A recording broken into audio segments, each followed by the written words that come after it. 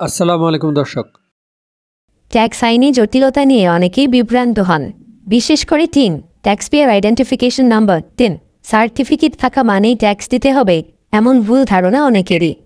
আজকের প্রতিবেদনে আমরা জানাবো থাকলে আসলে কি করতে হয়, রিটার্ন দিতে হয় কিনা, আর খাতের ট্যাক্স দেওয়া বাধ্যতামূলক। থাকলেই কি ট্যাক্স দিতে হবে? সরাসরি উত্তর না।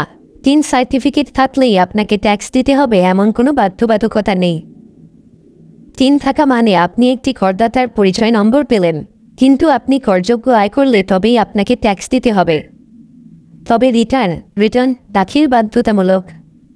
যাদের আছে তাদের করযোগ্য আয় না থাকলেও আয়কর রিটার্ন জমা দেওয়া বাধ্যতামূলক।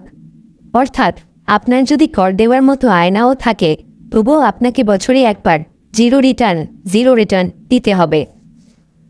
এই রিটার্নে আপনি শুধু দেখাবেন যে আপনার আয়কর সীমার নিচে।